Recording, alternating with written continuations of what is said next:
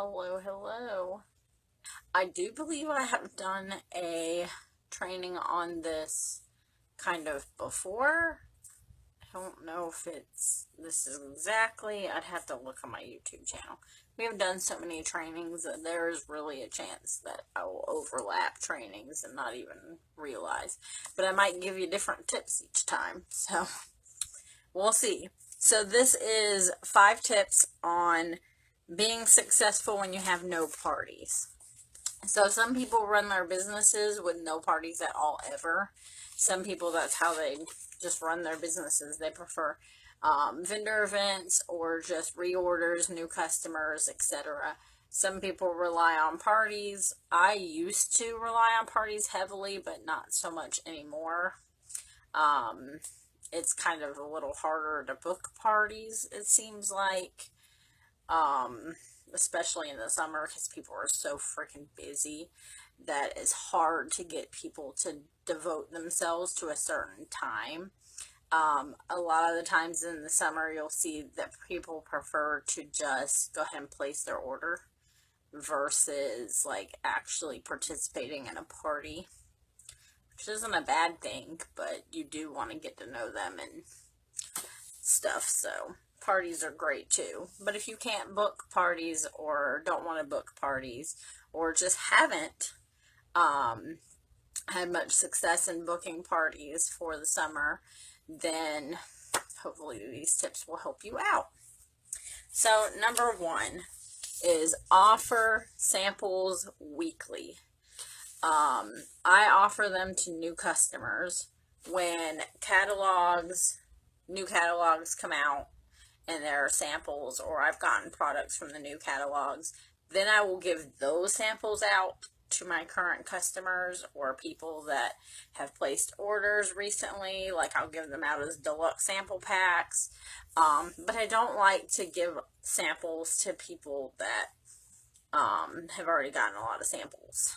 So weekly, offer samples to new customers. This is especially easy. Thank you. This is especially easy right now with the Posh the People thing. Up like a hair on me. It does end on the 19th. So get your new customers in. Pass out your Posh the People samples. You should have some cards with each sample pack. I've seen them scanned, so you can print them out too if you happen to not earn them. Yeah, so pass those out. You don't necessarily have to mail everything out. You can, if you're lower on money, which definitely happens to me, the post office is expensive, offer to meet people locally, offer to send some people in the mail more samples so they can pass them out to their friends. I know that'll cost you a little bit more, but in the long run, if they do pass them out, which provide duplicate samples, that way they're not intrigued to like try them because they've already tried it. So give them a little extra so they can pass them out and get more customers for you. Number 2 goes along with that. Have a referral program in place. So your customers know that when they do reviews, when they talk about the products that they tried, if they take, say, their samples and then show them off to other people, they will know that they are going to get something in return if that person buys. I have always posted in my groups that if you refer somebody to me, you get something from me. So it's normally like a half off code. Now we have these half off codes. I just love them. They're so easy. I place all my orders in a party that I'm the host of. So then I get the host perks and stuff off of that, and then I get half off codes for my orders and then other people's orders. So then I pass them out to people for referrals, for $100 orders or $50 orders, or just randomly throughout the month. they're just so easy because you just type in their email and boom, you don't have to go to the post office or anything. So make sure you have a referral program and a review program. So you want them to review the products that they got. You want them to show that they got them in the mail or they tried a sample or what have you. You want them to tag you. The reason being, obviously, you'll get new customers, which is always the goal. But also, it makes people believe them more than they believe you anyways, because you're trying to sell them stuff. Their friend's not really trying to sell them stuff. They're just showing off something that they buy and use. So, much like a party, when you train your host to talk about their own experiences because their friends will trust them more, reviews are really good because they take the sales part of it out because their friend believes them a little more than someone that's selling it. I hate that this like totally blocks me. I'm so short. Number 3. Make sure that you are posting the products. Don't just post. Yes, I love them. Don't just post when there's a sale. I'm sorry, you guys. I don't want to throw you under the bus, but I see it a lot in VIP groups where people are only posting when there is a sale. Don't do that, please. Post when you take a bubble bath. Post when you use a mask. Post how refreshed you feel after you've washed your face in the morning. Post that your makeup was so annoying and you couldn't wait to take it off with the Baradol wipes. Anything. Integrate Posh into your life. It should be, so it should be easy, not to necessarily document it, but to document it. Not just sales things. Post how something makes you feel, do reviews of stuff. Again, have other people do reviews of stuff. Post what works for you, what works for your kids. Obviously, don't post 20 times a day, but posting something other than a sale and engagement posts, stuff that you're asking them questions, maybe non-Posh related stuff, like today is National Ice Cream Sundae Day. You can ask them what their favorite ice cream flavor is. So, yeah, that really engages people. You do want to get to know your customers. It will help you in the long run. So, make sure you're posting actual product use and not just sales.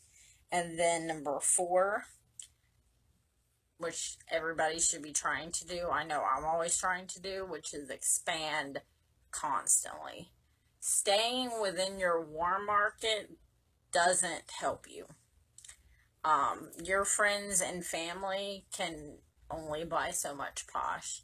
I know I've got a few people in my life that tell me, oh, I want to order sometime, but I have so much. It lasts so long. I have so many chunks. I have so much hand cream. And then I have a couple people in my life that say, I don't even know how to use that. I don't know when I'm supposed to use that. I don't know when I'm supposed to use that mask. Yes, that's a great idea. So yeah, make sure you're educating people, and make sure you're constantly trying to expand past your warm market. Doing events and doing your referral program, stuff like that, those get you out of your warm market because seriously, your warm market can only buy so much. I know my family and stuff, they aren't my best customers. It's surprising, but they're really not. They do buy stuff, but they're not my best customers. They don't buy things like some people in my circle do, some of my friends. Actually, the people that buy most from me are people from other direct sales companies, it seems like. Because they appreciate small business, so they want to support heavily in small business. So number 5 is bulk orders and home parties. All right, so this is really great if you have a local customer base, because people hate paying for shipping.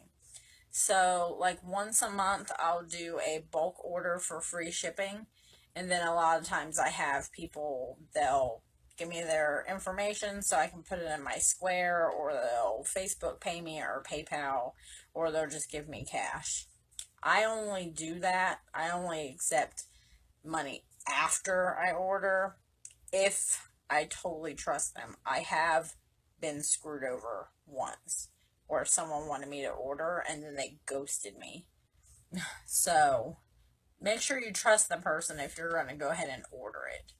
So bulk orders is a great way to place a very large order that isn't necessarily from you. And you can utilize the buy 5, get the 6 for free to actually get what you want for free. Obviously, they are getting certain items, so you still have them pay for their items, but you get the free one if you happen to get 6 things in an order. You also get the perks, so that really helps, and you can use those on samples and other stuff. You also get the personal aspect of it, because when you meet someone or you deliver it to them, you can add samples, you can add a thank you note, you can package it up cute. So it's a lot more personal than ordering straight from Posh. As cute as their boxes and stuff are, you can do way cuter. And you can give more samples. And you can put a thank you note in it. So I think it's better. But if you want to do a bulk order, just collect money and place a big old order. You can easily get a $100, $200, $300 order if your locals know that you're placing an order. You also can do home parties and then place orders that way if you'd like a big bulk order for a local home party. Bulk orders are just great. But that way you would place it into a hostess's thing. Make sure you're placing your own bulk order in an event where you're the hostess too, because you do get host perks and stuff off of that. Alright, well that is all I have for you guys today. I hope that this is helpful to you. Summer is a crazy slow time, but just gotta try your best and not give up and utilize some of these tips and hopefully get new customers and get some sales. Alright, well have a great night. Bye!